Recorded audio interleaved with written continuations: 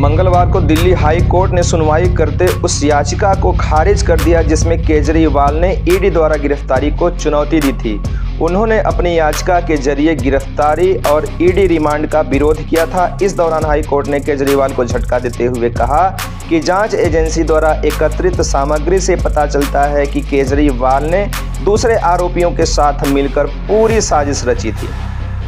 दिल्ली के मुख्यमंत्री और आम आदमी पार्टी के राष्ट्रीय संयोजक अरविंद केजरीवाल को हाई कोर्ट से बड़ा झटका लगा है। मंगलवार को दिल्ली हाई कोर्ट ने सुनवाई करते उस याचिका को खारिज कर दिया जिसमें केजरीवाल ने ईडी द्वारा गिरफ्तारी को चुनौती दी थी। उन्होंने अपनी याचिका के जरिए गिरफ्तारी और ईडी रिमांड का विरोध किया था। इस दौरान हाई कोर्ट ने केजरीवाल को झटका देते हुए कहा कि जांच एजेंसी द्वारा जुटाए गए सबूतों से पता चलता है कि केजरीवाल ने दूसरे आरोपियों के साथ मिलकर पूरी साजिश रची थी।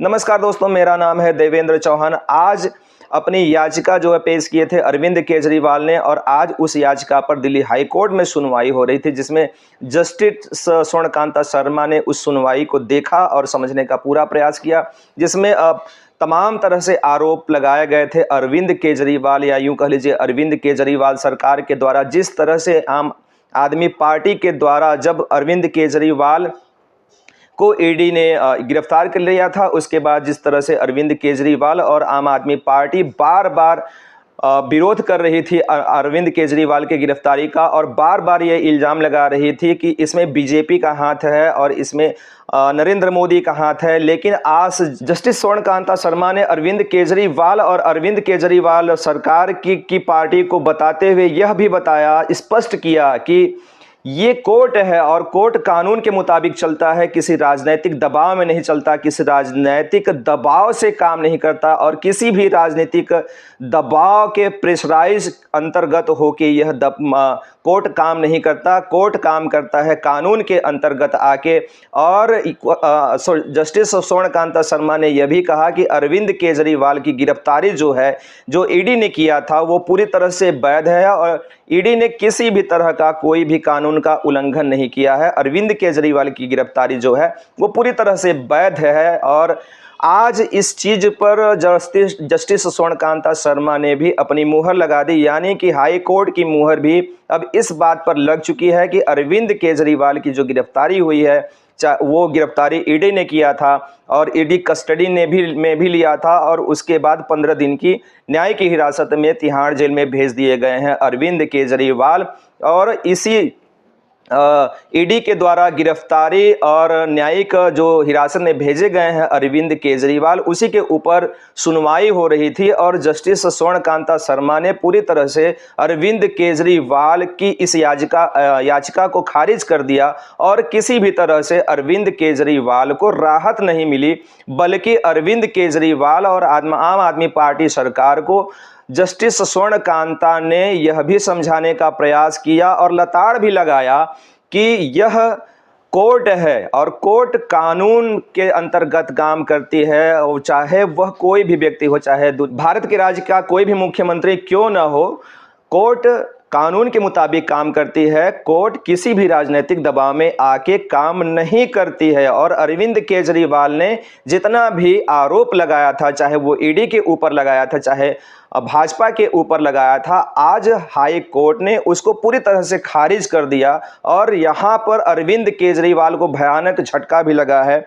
और आपको बताते चलें कि जस्टिस स्वर्णकांता शर्मा ने अपनी सुनवाई के दौरान ये भी कहा कि केजरीवाल न सिर्फ इस पूरी साजिश में शामिल थे बल्कि रिश्वत लेने और इस क्राइम को लेकर जो चीज़ें हुई हैं वो उसमें शामिल थे। आम आदमी पार्टी के राष्ट्रीय संयोजक के रूप में केजरीवाल खुद शराब नीति बनाने के साथ साथ रिश्वत का पैसा जमा करने में भी शामिल थे। इस केस में जो बयान दर्ज हुए हैं ये स्टेटमेंट अदालत के समक्ष दर्ज किए गए थे। हाई कोर्ट ने इस दौरान स्पष्ट शब्दों में कहा कि अदालत कानून से चलती है, सियासी दबाव से नहीं। अब आम आदमी पार्टी हाई कोर्ट के फैसले को चुनौती देने के लिए बुधवार को सुप्रीम कोर्ट का रुख करेगी। हालांकि ये सब सुप्रीम कोर्ट जाएं या जहां भी जाएं, लेकिन अभी जो हाई कोर्ट में आज जो सुनवाई हो रही थी उसमें जस्टिस स्वर्णकांता शर्मा ने पूरी तरह से अपना जो आदेश दिया है उसमें अरविंद केजरीवाल को हर तरह से झटका लगा है। और अरविंद केजरीवाल ने अपनी जो याचिका ईडी के गिरफ्तारी के खिलाफ दिया था, और तो उन्होंने जस्टिस स्वर्णकांता शर्मा ने यह भी बताया कि यह याचिका जो आज जो सुनवाई हो रही है वह अरविंद केजरीवाल की जमानत के लिए सुनवाई नहीं हो रही है, बल्कि अरविंद केजरीवाल की जो गिरफ्तारी हुई है उसके खिलाफ जो याचिका पड़ी हुई थी उस पर यह सुनवाई हो रही है। अब तो अरविंद केजरीवाल और आम आदमी पार्टी को भी हाई कोर्ट का जोरदार झटका लगा है। तो इस पर आम आदमी पार्टी वाले क्या कहेंगे? वो लोग जो रोज रोज प्रेस कॉन्फ्रेंस करके भाजपा को और मोदी गवर्नमेंट को गालियां देते रहते हैं, उनके मुंह से अब क्या निकलेगा? हालांकि ये खुद को कहते हैं कि आंदोलन से निकले हुए लोग हैं, लेकिन आपको बताते चले दोस्तों कि ये आंदोलन से निकले हुए लोग जितने भी थे इनके साथ थे के अरविंद केजरीवाल के, आज इनके इर्द गिर्द जितने भी लोगों को आप देखेंगे वो आंदोलन से संबंधित आपको कोई नहीं मिलेगा जो अन्ना हजारे के टाइम में आंदोलन में अरविंद केजरीवाल के साथ थे। उन सबको अरविंद केजरीवाल ने एक एक करके, जैसे दूध में से मक्खी को फेंका जाता है उस तरह से फेंक दिया है। और नए नए जितने भी चेहरे हैं वो सारे के सारे उस आंदोलन से निकले हुए चेहरे नहीं है। शायद इक्का दुक्का आपको मिल जाए जिसमें अरविंद केजरीवाल स्वयं है, उनके अलावा शायद इक्का दुक्का मिल जाए, अन्यथा कोई नहीं है। तो ये पार्टी जो खुद को कहती है कि हम तो आंदोलन से निकलने वाले पार्टी हैं और हम तो चाहे वो गिरफ्तारी हो चाहे कुछ भी हो गिरफ्तारी देने के लिए तैयार रहते हैं, तो अरविंद केजरीवाल आज जो इनकी जो हड्डी कांप रही है अरविंद केजरीवाल की गिरफ्तारी होने के बाद, वो तो नहीं कांपनी चाहिए।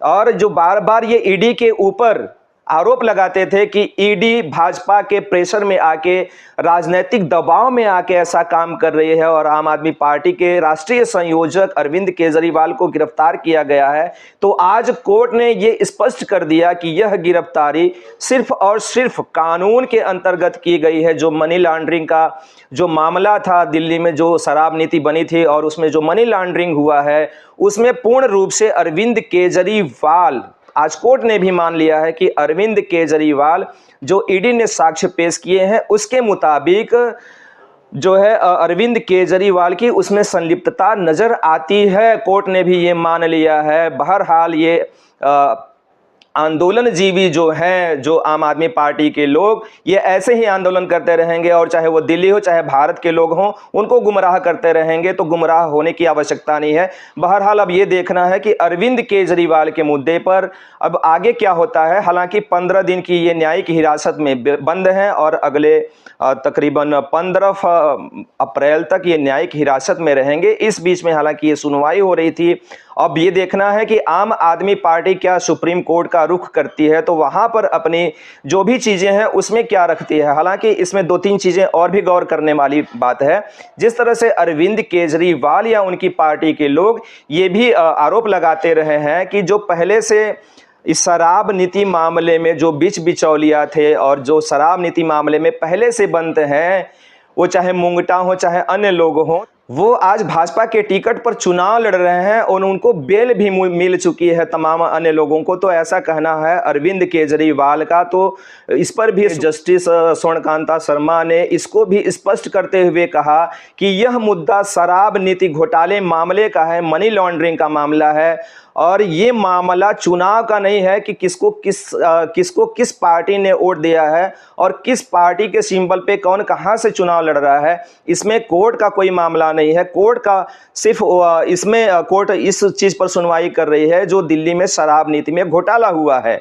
तो आम आदमी पार्टी के द्वारा जितने भी आरोप लगाए गए थे, आज हाई कोर्ट ने सबको स्पष्ट कर दिया है और आने वाले दिनों में यह कहा जा सकता है कि अरविंद केजरीवाल की मुश्किलें कम होने की बजाय बहुत ज़्यादा बढ़ने वाली हैं। और अभी अरविंद केजरीवाल को चाहे हाई कोर्ट हो चाहे सुप्रीम कोर्ट हो, यहाँ से इनको किसी भी तरह का राहत मिलता नज़र नहीं आ रहा है। बहरहाल अरविंद केजरीवाल और उनकी पार्टी के लोग तो रोज प्रेस कॉन्फ्रेंस करते ही रहते हैं और अब ये देखना है कि अगला प्रेस कॉन्फ्रेंस में वो भाजपा के ऊपर क्या आरोप लगाते हैं। आम आदमी पार्टी और अरविंद केजरीवाल के ऊपर आपके जो भी व्यक्तिगत विचार हों हमें कमेंट के माध्यम से जरूर रखने का कष्ट करिएगा। बहुत बहुत धन्यवाद। जय हिंद।